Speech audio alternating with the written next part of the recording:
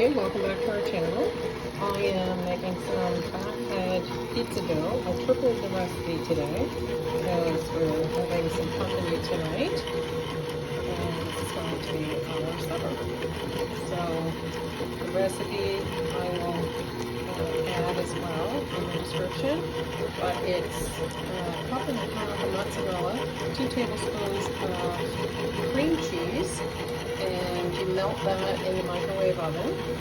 Then add, calls for 1 teaspoon of white vinegar. Actually white wine vinegar. I didn't have that. I used red wine vinegar. So a teaspoon of that, half a teaspoon of salt, 1 egg, and 3/4 cup of almond flour.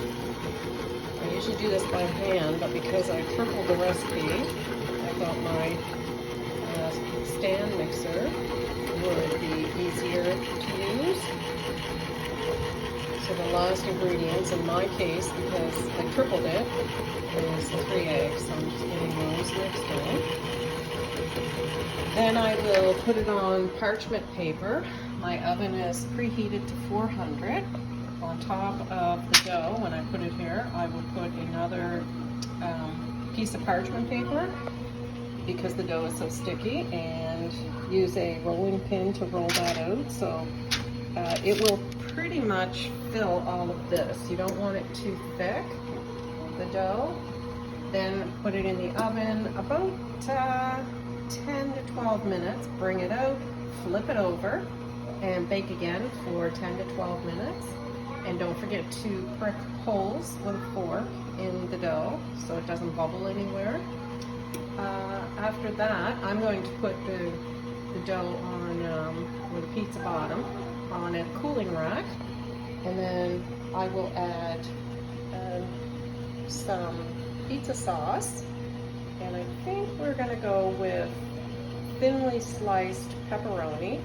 And I have some pizza topping that I purchased. I think it's sausage, but you could add anything.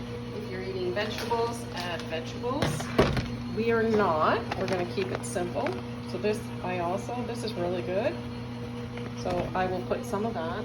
You can add olives, whatever you want actually. And that's it. I will show a picture when it's all done. Bye for now. So here is the dough. Fathead dough. Lots of pricks in it so we don't get any big air bubbles. So it did fill the whole pan. I'm going to bake this for 12 minutes, take it out, flip it back over onto a new piece of parchment paper and bake it for another probably 12 minutes, and then set it aside until I'm ready to make the pizza. These also freeze beautifully after you bake it. Okay, so here I am. I flipped this over, and all I did is put a piece of parchment paper on the top and just flipped it quickly. It actually went very well, and you can see, so this would have been the top. Nice, it's still quite soft. So I'm not going to put it in for 12 more minutes. I think I'm going to put maybe 6 minutes and see what it looks like, because I don't want it too crispy, because of course it's going back in the oven later with its toppings on it.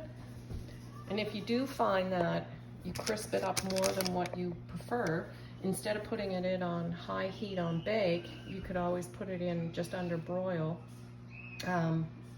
which would leave your dough, you know, how you're putting it in.